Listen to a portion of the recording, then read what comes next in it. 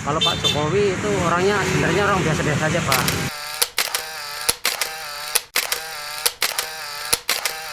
Udah berapa tahun Pak di Jakarta Pak?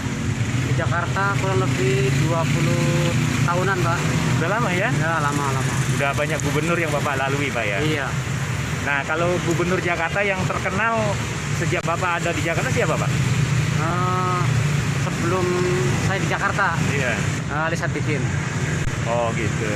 Kalau yang zaman now siapa Pak? Zaman now Pak Jokowi, wakilnya Pak Ahok. Oh gitu. Iya.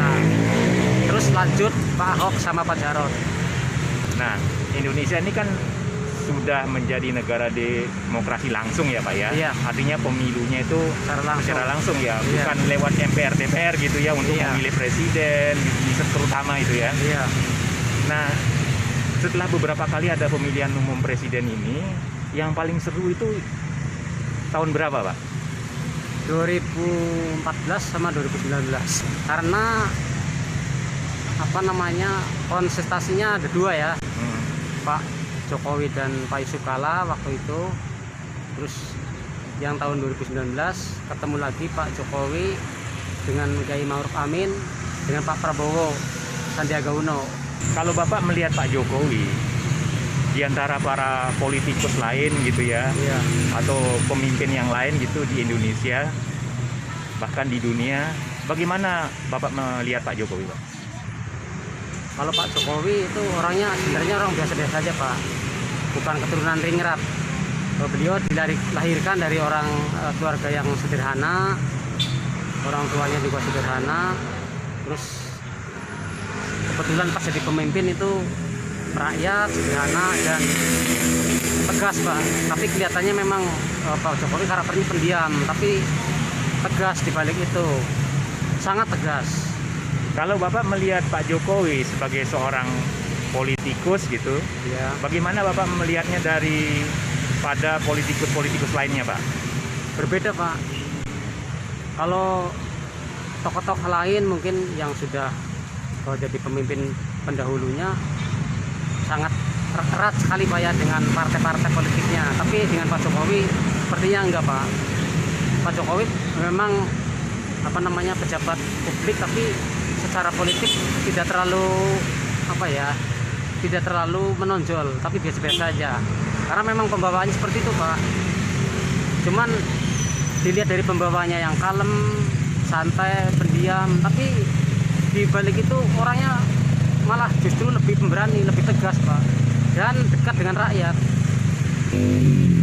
Dan yang lebih hebatnya lagi Pak, salut Pak ya sama Pak Jokowi, itu orangnya tidak menendam Pak. Biarpun 2 kali jadi presiden, ada beberapa daerah yang beliau kalah itu ya, seperti di Aceh, Sumatera Barat, Nusa Tenggara Barat. Tapi justru daerah-daerah yang beliau kalah itu dibangun Pak, jadi merata. Jadi beliau itu tidak peduli kalah menangnya di daerah tersebut. Seperti Aceh, mungkin sebagai orang Aceh yang asli orang Aceh sana bangga dengan pemimpin Pak Jokowi, biarpun ya secara politik mereka tidak mendukung Pak Jokowi, tapi dengan adanya pembangunan di sana seperti jalan tol itu Pak ya, bandar udara, bendungan, terus infrastruktur yang lain, itu mereka sangat kagum Pak. Contoh lah di Nusa Tenggara Barat gitu kan beliau kalah juga, kalah telak lagi. Tapi Pak Jokowi itu nggak peduli gitu, nggak kalah nggak menang tuh, ini namanya NKRI ya harus rata gitu sesuai dengan janjinya gitu. Seperti di Nusa Tenggara Barat Pak, itu beliau membangun suatu kawasan wisata yang namanya Mandalika itu secara bertaraf internasional Pak. Bahkan dibikin sirkuit untuk MotoGP. Itu keren banget Pak.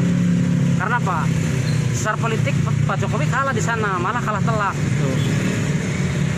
Itulah kehebatannya Pak Jokowi, kelebihannya Pak Jokowi. Biarpun kalah, yang namanya NKRI, yang namanya rakyatnya ya harus sama dibangun. Jadi sesuai janji politiknya terbukti, keren. Itulah buktinya Pak Jokowi, seorang ksatria Pak.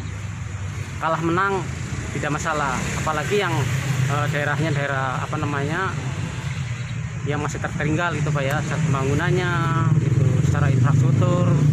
Tapi daerah tersebut mempunyai apa namanya kelebihan di mungkin pariwisata apa gitu, mereka bangun Pak, jadi senang lah gitu rakyatnya.